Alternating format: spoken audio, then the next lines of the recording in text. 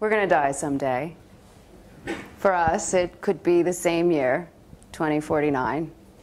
Average life expectancy for us would have it that way. So what were we going to do with the rest of our lives? That was the question we kept asking each other over and over and over again. That was about 2 years ago. By then, I had spent nearly 15 years as a psychologist, tinkering with the inner workings of the human mind, my own and other people's. And I liked unraveling pathologies and helping people understand their mind. But I wanted to reach more people. I wanted to take on bigger problems. And I just wanted more. I was increasingly dissatisfied. By then, I had spent 10 years as a strategy consultant. I was working in banks across Europe, Africa, Southeast Asia. I loved what I did. I loved problem solving. And I also really appreciated the view you get on the world from corporate boardrooms around the world. Now, the problem with that view after a while got that it started to feel too narrow. I wanted to see more. I wanted to understand more. Just like Annie, even at the time we didn't know each other, I was becoming increasingly dissatisfied. At some point, we had to meet up. We were both in love with the work of an American philosopher named Ken Wilber. Ken set out to make sense of everything, literally, to produce the most comprehensive map of the human experience. And he pulled it off. He produced an integral map. And one of the places that that map pointed to was, strangely enough, a Zen monastery, which is where we met. And we had each other at hello. And we decided within an hour to join forces, 1 hour to join forces. And our starting capital was a map of everything. This guy, Ken, we convinced him to join us. And 2049, a reminder that one day we would be no more. So the small question in our minds was, what do we need to accomplish as a human race in the 21st century? Or to put it simply, what needs doing? Our plan was to find the best minds in the world and simply figure out what they're already spending their lives on. Here's what we found. Policymakers and economists, one of the most influential tribes in the world, all of them are working hard at the moment trying to get the growth back. This guy over here says that has been the single most important focus of his presidency. It's all about economic growth. As one Nobel Prize-winning economist said, once you start thinking about economic growth, it's very hard to think about anything else. Since World War II, world economy has been growing at 3.5%. We've had a really rough patch. Global output went down by 1%. This tribe managed to come through.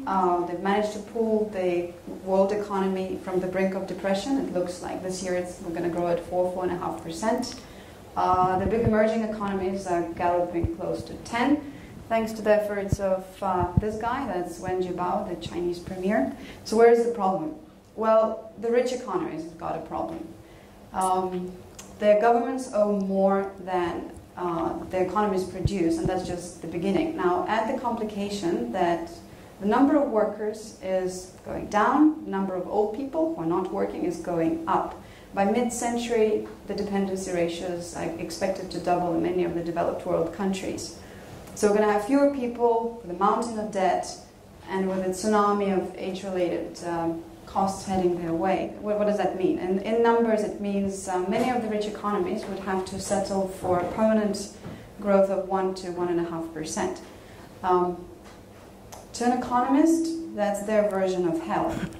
Think last couple of years, make it slightly better. Now imagine that's what it's going to be like until the rest of your lives. So there are no easy answers, and again, to the economist, this is the single most important long-term issue in the 21st century. Al Gore, as spokesman for the hot, flat, and crowded tribe, says we have a planetary emergency. And for some, it literally is a question of survival. That guy over there, Mohammed Nasheed, he's the president of the Maldives. Business as usual will mean his country will be underwater. This tribe says that we're already living in the red, environmentally speaking. Fast forward to mid-century when there are 8 or 9 billion of us and we've got a nightmare.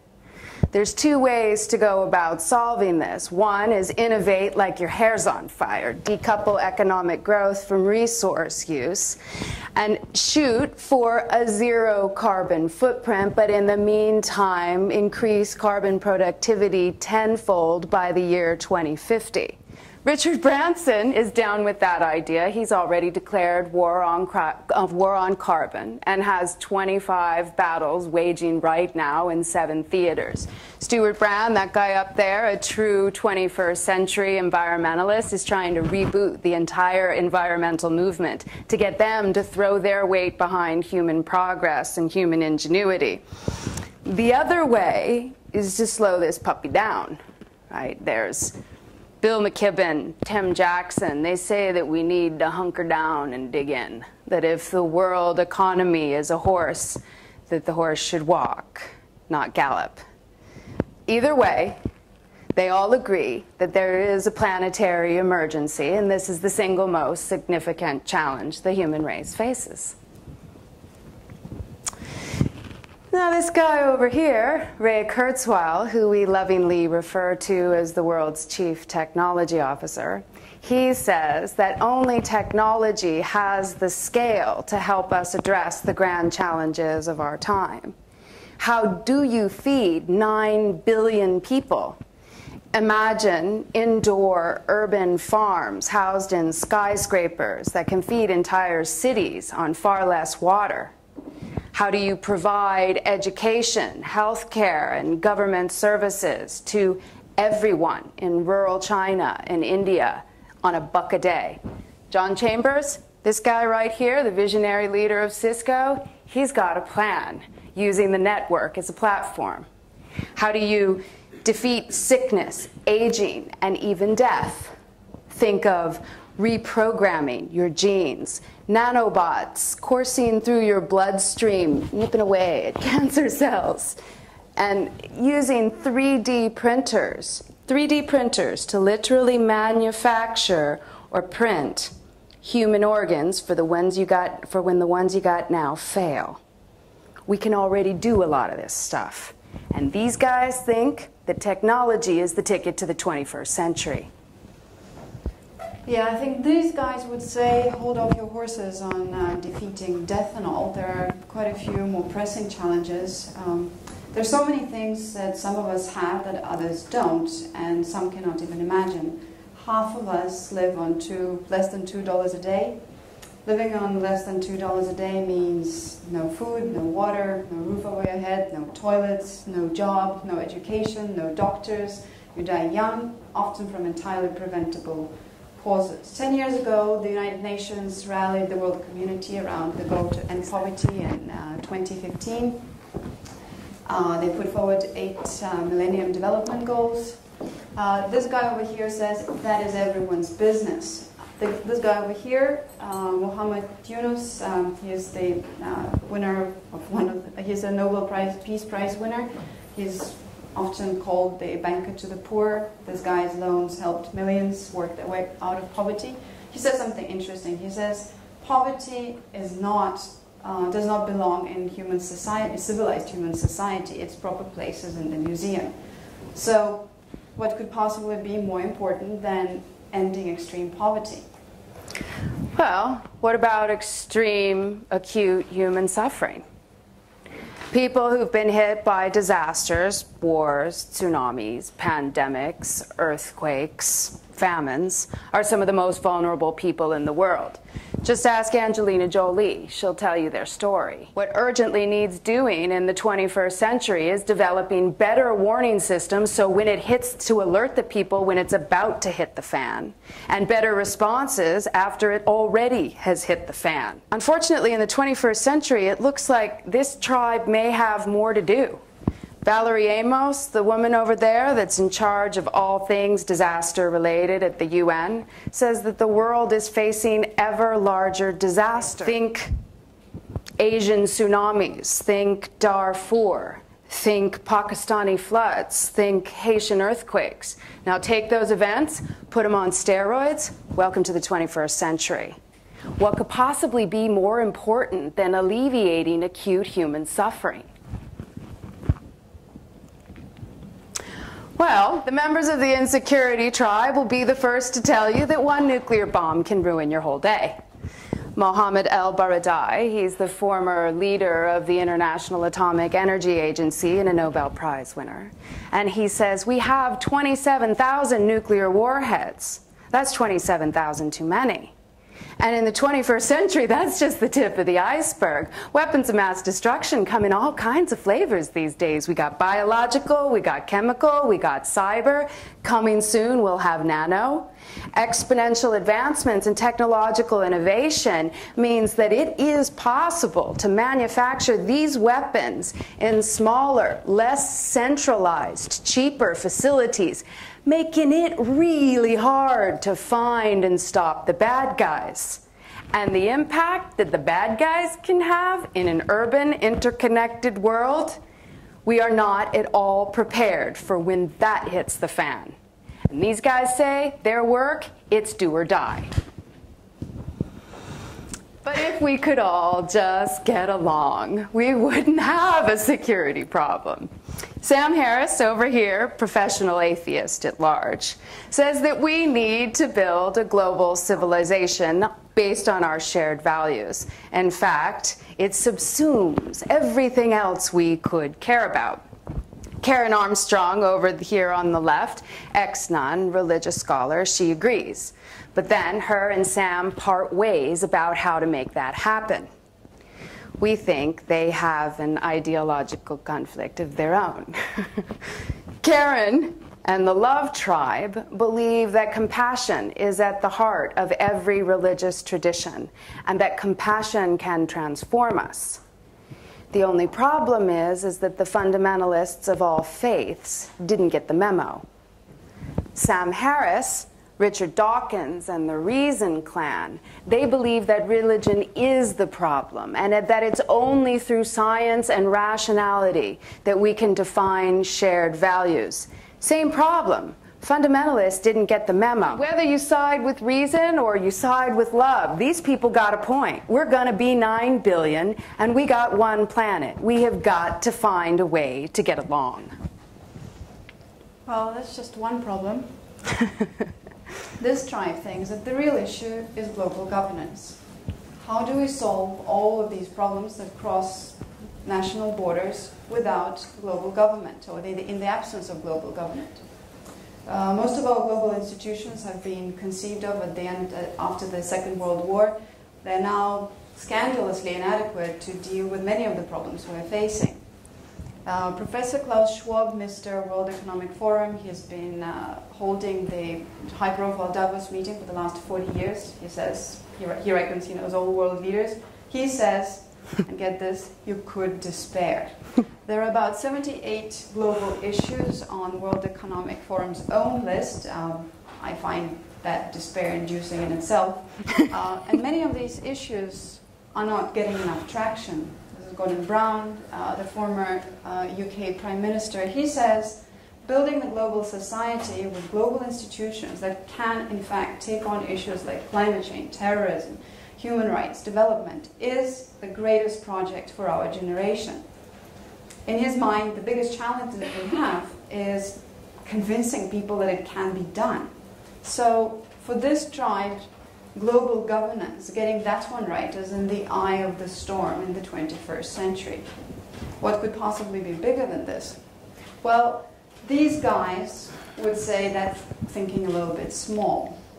What needs doing in the 21st century is keep our pursuit of the truth.